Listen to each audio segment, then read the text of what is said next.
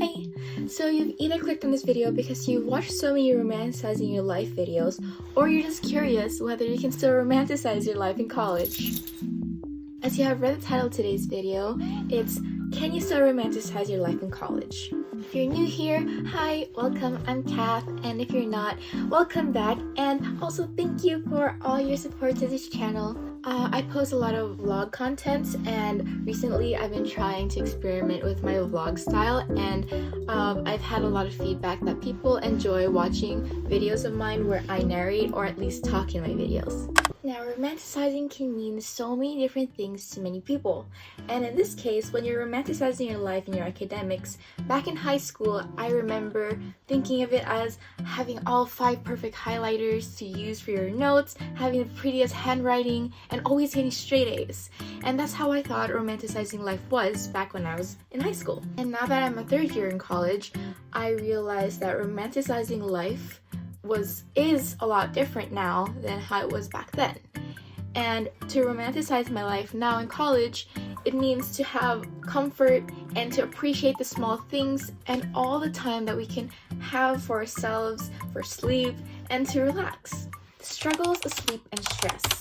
Now let's be real, college can be really stressful and can drain us completely. Like, I remember back in high school, I would have like 8 hours in a day that I'm in school. Like, I had 8 subjects or 7 subjects, I don't remember.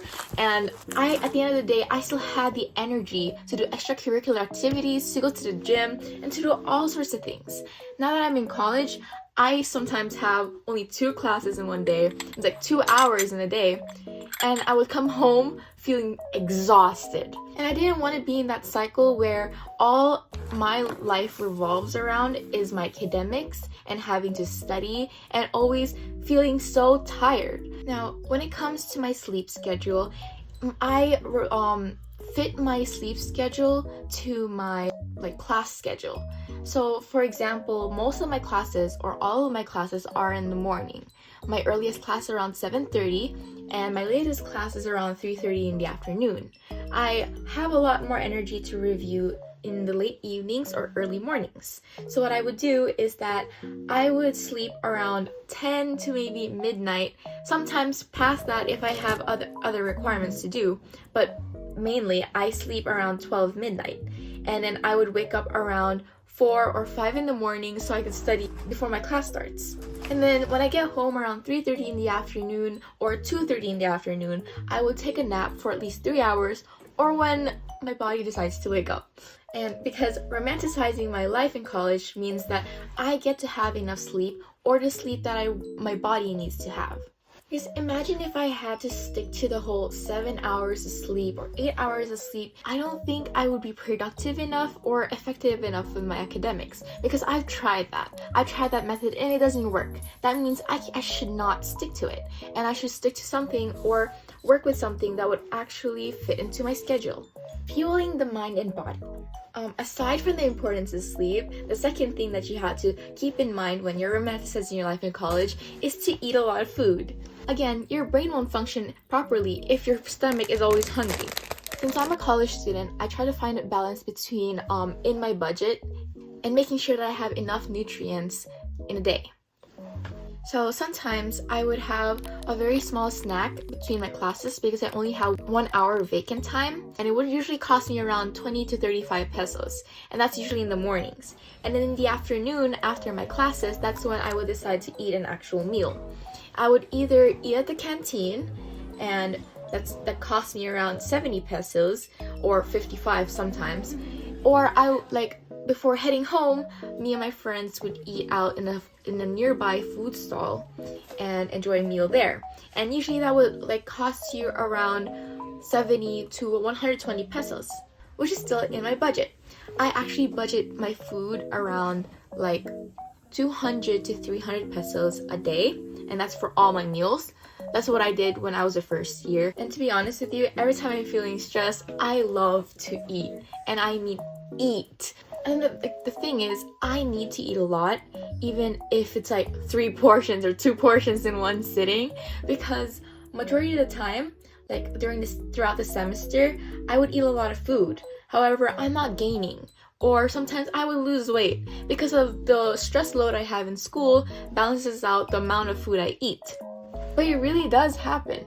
Like I knew I was like around 49 to 50 kilos at some point, and then I felt like I was gaining so much because of the amount of food I've been eating. And then when I did get a checkup and I weighed myself, I went down to like a 47, and I realized that's because I was really stressed out in my academics. So to romanticize my life, I love eating the food that makes me feel comfortable, makes me feel happy inside, and makes me feel all warm. Balancing work with nature. I love to recharge myself by immersing myself with nature, with just the cold air, the breeze, just the sound of the trees. At least in my place here in Baguio, I live near a lot of pine trees and in a more like closed neighborhood, so it's a lot more quieter here. It's like I'm near the main city area, but not close enough to hear all the hustle and bustle of the city. So what I like to do between my spare time and when I'm feeling super drained, I would go up to my roof deck and I enjoy like the breeze sometimes. And it's also important for you to let yourself take a breather, because at least for me, I spend a lot of hours staring at my screen and studying, and then like my eyes feel so restrained, my face feels so pale and tired because of the hours I spend just at my desk. So to romanticize my life, I love to just lay there and enjoy the sunset or enjoy the sunrise. Feels so good to just sit there without having to stress or think so much. Afterwards, when I get back to work, I feel I have regained all that energy I need to start working, and I feel more awake. Yeah, that's how I romanticize my life in college. It's never about that picture perfect academic desk, clean desk, all that. It may be a factor to help you boost your confidence and your motivation to do your work, but to romanticize your life in college now, since it's a balance between your classes and adulthood, you have to find that comfort and like finding the joy in like food, in the food you eat, your favorite type of food you eat, or into the hours of sleep that when you wake up you feel so refreshed, and also when you take a break in between all those texts and all the screen time you have. I won't make this video any longer. Thank you for your time and thank you for watching. Thank you for reaching until the end of the video. I'll see you on my next vlog. Comment down below if you have any other requests or questions. I'll be there to answer them as soon as I can. Thank you. Bye! We're heading to school now. I actually bought this phone holder like last week. It's supposed to hold my phone in the car. Should I put it here?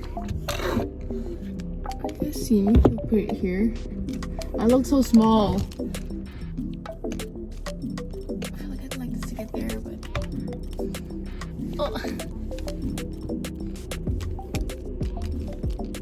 like if I put it here, like everybody's seeing, so I think that's a good spot. I really hope this doesn't fall, but I can rotate it.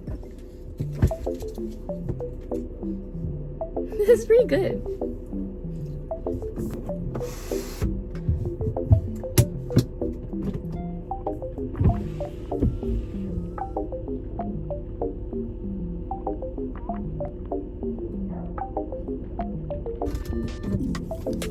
My gosh, there's a construction going on across the street, and so they just put all their rocks, like the huge rocks, in front of my driveway. And now every time I have to leave the house, it's such a pain to get out of the driveway.